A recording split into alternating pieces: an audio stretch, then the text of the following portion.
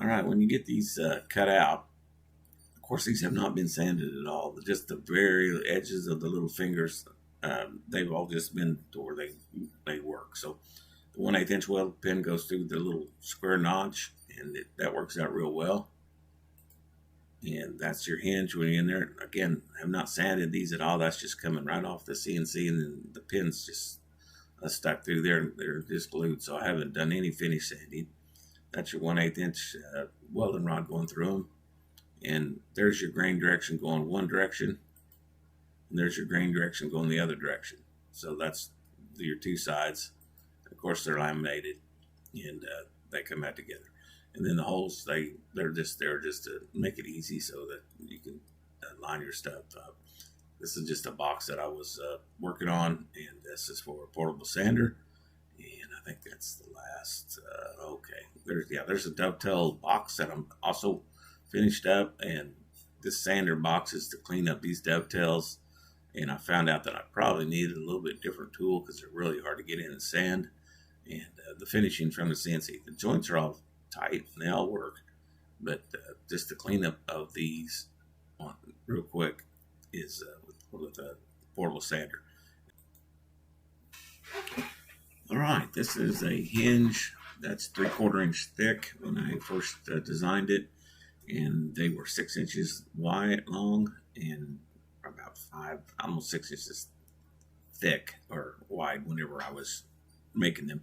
Put these on a Frontiersman box. They had a 1/4 inch dowel pin, and they came out real nice, and they were quite the addition to a big hinge.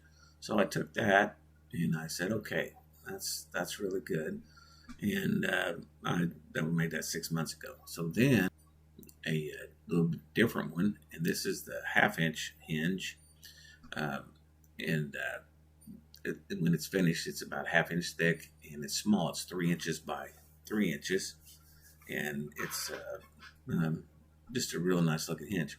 But anyway, this is a jig that I used to cut it out, and the blanks of wood were 7 inches by 7 inches, and they were 3/8 inch thick, which ended up being the best design.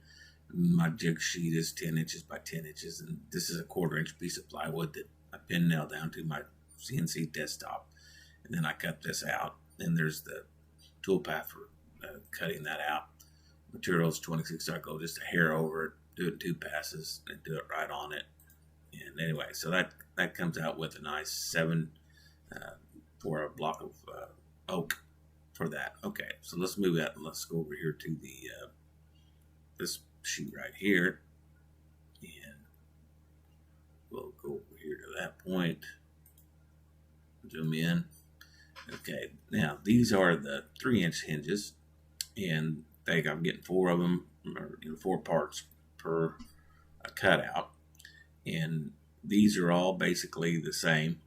And what I'm doing with these are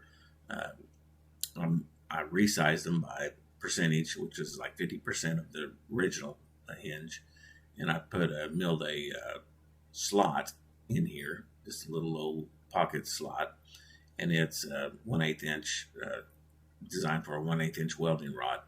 And you can use like a brass rod, or I use a copper welding rod. They're 1/8 inch, and I used them for like my handles and lanyards. But anyway, so I cut this slot, and it's barely big enough for that to sit in there. It'll cut out a nice square notch, but when the pin's in there, you can't tell much about it other than there's a pin in there, and it's perfectly alignment. So this method, I've learned a long time ago that this makes a great alignment.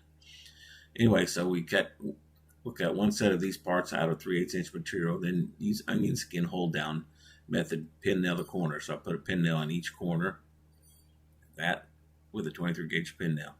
And then the rest of this is all held in with onion skin, which basically my tool paths are cutting down to a 1/4 inch thick. Anyway, I'm cutting through the material, so they're cutting down to 0.26, and basically I'm just cutting the holes on that one, and then this one right here, cutting down to the depth of that one, which is 3/8, and that cuts in for let's see, which one is that? pocket slots for the pins. And let's see here. Oh, 0.065. So it's half. I'm sorry, I didn't look at that, and I was thinking that ain't right. Anyway, that's half of a 1/8 inch. So you don't see that measurement very often. Anyway, that's half of a 1/8 inch slot, and so it's doing it on both sides, because when these are put back together, and the two add up, and then the cutout is going through the material at 0.26. Well, it's at least it's cutting through it like it would be, but the material is 3/8, so there's about a 1/8 inch onion skin, give or take, and that works out okay. So, so basically you'll run all these tool paths, and they will cut out, and they will give you all these parts, and with that, so whenever they're flipped over on each side, the grain on this one here is let's see, horizontal grain. So the actual grain is running like this on this part. And then when you go over to here to the other part, it's a vertical grain. So what that does, that sandwiches and allows them to, kind of be like a plywood.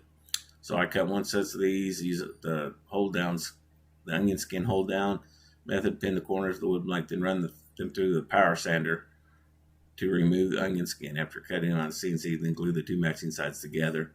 Then assemble and sand the ends of the fingers around and assemble the edge.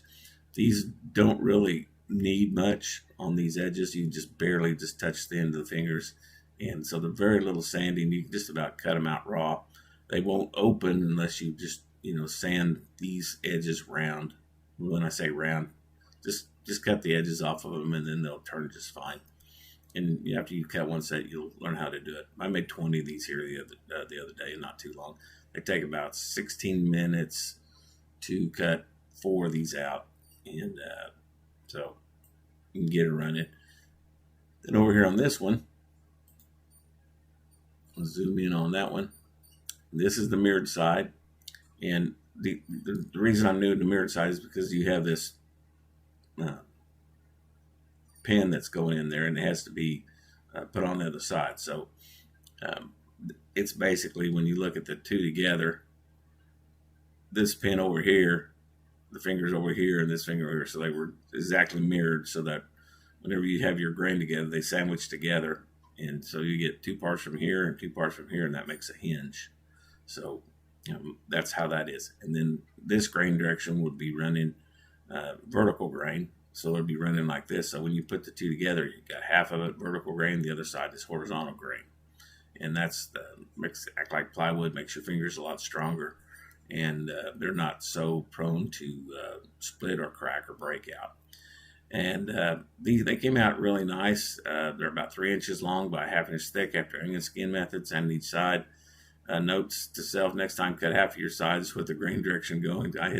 I cut too many sides of one side because I lost track of what I was doing. So that's why I put in the vertical grain, and then the mirrored side grain runs vertical, and the top side grain runs horizontal, just to keep myself straight. But anyway, these came out really nice. The hinges look good, and all right, there we go. Well, these I planed down a little bit thinner, so I didn't really have an onion skin on them. The first one came up, so I had to go through here and put 2 nails on each side, and then we're like 1 inch 23 gauge pin nails. And then I put nailing this thing down on the outside because it didn't really need it. I mean, it's just yeah. So anyway, looks like there's a little onion skin on that back end of that one, but I don't know. I think it's almost better off to take your pieces and make them a full 3/8, and then run them through like they're 1/4 inch. And yeah, you'll have to re-drill your holes on the bottom, but once you run, well, maybe not. Once you run your onion skin through and get them down to about a 1/4 inch thick with your sander, they'll just fall out, and they're a lot cleaner that way. These came out all right, but they're a lot rougher on the bottom edge. They need sanding, so you got a pile of them here.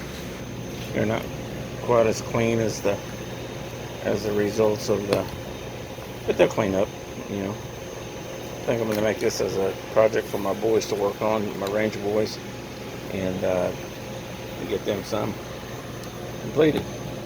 Alrighty. Alright, when I do my save my tool paths from the hinge small inch, half inch thick, I just have a mirrored side that goes on, and the top hinges go over here on this side. And these are the two tool paths that I run, and they cut out the hinges, and basically they're 3 tool paths in one file. So they work out good, and there you go.